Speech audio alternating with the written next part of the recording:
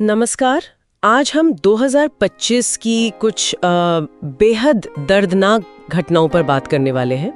ये वो हादसे हैं जिन्होंने दुनिया भर में लोगों को झकझोर कर रख दिया, जमीन पर भी और आसमान में भी। हमारा मकसद सिर्फ इन घटनाओं को दोहराना नहीं है, बल्कि उनके पीछे के कुछ गहरे सवालों और जो सबक मिलते हैं उन्हें समझने की कोशिश करना है। जी बिल्कुल, ये त्रासदियां सिर्फ आंकड़े नहीं हैं, इनमें मानवीय क्षति की कहानियां हैं और साथ ही ये हमारी व्यवस्थाओं पर, हमारी सुरक्षा प्रणालियों पर और कभी-कभी इंसान के अपने स्वभाव की कमजोरियों पर भी रोशनी डालती हैं। चलिए इन पर थोड़ी गहराई से नजर डालते हैं। शुरुआत करते हैं अहमदाबाद से। 12 जून की वो घटना, एयर इंडिया की फ्लाइट AI-171 थी। एक बोइंग 787 ड्रीमलाइनर लंदन जा रही थी, लेकिन टेक ऑफ की कुछ ही देर बाद वो एक मेडिकल कॉलेज पर क्रैश हो गई। ओह हाँ, बहुत ही भयानक हादसा था वो। 242 लोग थे विमान में और 241 की जान चली गई। ये 787 विमान के इतिहास का सबसे घातक हादसा बन गया। अविश्वसनीय लगता है, लेकिन एक यात्री वो मलबे से बाहर फेंकने की वजह से बच गया। हाँ, ये वाकई दिल दहला देने वाली घटना थी और अच्छी बात यह है कि ब्लैक बॉक्स मिल गया है। हाँ, जांच चली है जिससे शायद पता चले कि असल में हुआ क्या था। हाँ। सरकार ने भी सभी 787 विमानों की एक्स्ट्रा जांच के आदेश दिए हैं। ये दिखाता है कि विमानन सुरक्षा पर कितने गंभीर सवाल खड़े हुए हैं। मतलब तकनीकी खामी थी या रख-रखाव में चूक या कुछ और साल की शुरुआत भी तो एक हवाई हादसे से ही हुई थी, है ना? 29 जनवरी वॉशिंगटन DC में पोटोमैक नदी के ठीक ऊपर। हाँ, वो मिड एयर टक्कर। हाँ, एक यात्री विमान था, बॉम्बार्डियर CRJ-700 और अमेरिकी सेना का एक ब्लैक हॉक हेलीकॉप्टर हवा में ही टकरा गए। कोई नहीं बचा। दोनों विमानों में जितने लोग थे सभी 67, उनकी जान चली गई। ये समझ से परे लगता है कि इतने व्यस्त एयर स्पेस में आखिर ये हुआ कैसे। जो शुरुआती जांच में बात सामने आई है वो देखिए बहुत चिंताजनक है। दोनों विमानों के बीच जो वर्टिकल सेपरेशन होता है, मतलब ऊंचाई का फासला, वो खतरनाक रूप से कम था। जी, ये सिर्फ एक चूक नहीं लगती, ये शायद एयर स्पेस की निगरानी और जो एयर ट्रैफिक कंट्रोल के नियम हैं उनमें किसी बड़ी प्रणालीगत खामी की तरफ इशारा करता है, और वो भी राजधानी के इतने संवेदनशील हवाई क्षेत्र में।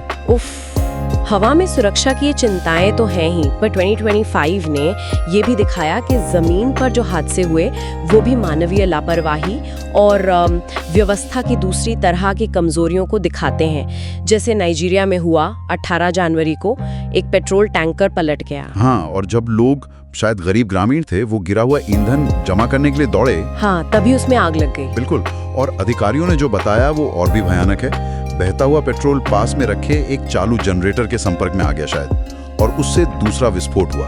100 से ज्यादा जानें चली गई उसमें, कम से कम 69 घायल हुए हैं। 100 से ज्यादा। हाँ, ये सिर्फ एक दुर्घटना नहीं है, ये दिखाता है कि कैसे गरीबी और असुरक्षित स्थितियों में जीने की मजबूरी और फिर बुनियादी सुरक्षा नियमों की अनदेखी, ये सब मिलकर कितना भयानक रूप ले सकते हैं। भारत में भी एक ऐसी ही दिल दुखाने वाली घटना हुई 22 जनवरी को महाराष्ट्र में जलगांव स्टेशन के पास। पुष्पक एक्सप्रेस में आग लगने की सिर्फ एक अफवाह फैली, सिर्फ अफवाह। अच्छा, आग लगी नहीं थी? नहीं, लेकिन लोग इतने घबरा गए, दहशत में आ गए कि कई यात्री जान बचाने के लिए चलती ट्रेन से ही कूद गए। और सामने से दूसरी ट्रेन आ रही थी, बेंगलुरु एक्सप्रेस, उसकी चपेट में आ गए।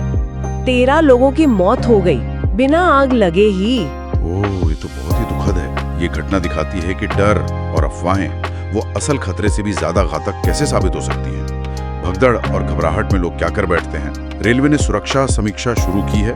यकीनन इसमें भीड़ प्रबंधन और इमरजेंसी में सही जानकारी देना, इन सब पर ध्यान देना होगा। और फिर मॉनसून के समय 15 जून को पुणे जिले में कुंडामाला इलाका है, वहाँ पर्यटकों के लिए एक फुटब्रिज बना था, वो भारी बारिश की वजह से ढह गया। हाँ, मैंने पढ़ा था इसके बारे में। दर्जनों लोग नीचे उफनती नदी में गिर गए, 2 पर्यटकों की जान चली गई और 32 लोग घायल हुए। ये हादसा सीधे तौर पर हमारे जो बुनियादी ढांचे हैं उनकी मजबूती पर सवाल उठाता है, और बदलते मौसम के जो खतरे हैं, जैसे अचानक तेज बारिश, उनके सामने हमारे पुल, हमारी सड़कें कितनी तैयार हैं। खासकर ऐसे इलाकों में जहां पर्यटक जाते हैं, क्या वहाँ सुरक्षा मानकों का और नियमित रखरखाव का उतना ध्यान रखा जाता है जितनी ज़रूरत है? ये अहम सवाल है। तो ये सारी अलग अलग घटनाएं, अहमदाबाद का क्रैश, पोटोमैक की टक्कर, नाइजीरिया का टैंकर विस्फोट, जलगांव का ट्रेन हादसा, पुणे का पुल गिरना, ये सब मिलकर क्या बताती हैं? क्या ये सिर्फ बुरा वक्त था, दुर्भाग्यपूर्ण संयोग? शायद सिर्फ संयोग नहीं कह सकते। अगर आप देखें तो इन सभी हादसों में कहीं ना कहीं एक पैटर्न दिखता है। कहीं तकनीकी निगरानी में कोई चूक है, कहीं मानवीय भूल है या डर है, कहीं बुनियादी ढांचा कमज़ोर है, तो कहीं नियमों को नज़रअंदाज किया गया है। ये घटनाएं हमें हमारी व्यवस्थाओं की नाजुकता की याद दिलाती हैं और साथ ही मानवीय पहलू कितना जटिल है ये भी दिखाती हैं। हाँ, ये तो है। जांचें तो चली रही हैं और उम्मीद है कि इनसे कुछ ठोस सबक सीखे जाएंगे। लेकिन असली सवाल शायद ये है कि क्या हम इन महंगी सीखों को, जो जाने गई हैं, उनकी कीमत पर मिली सीखों को भविष्य में जीवन बचाने के लिए व्यवस्थागत सुधारों में बदल पाएंगे? सोचने वाली बात यह है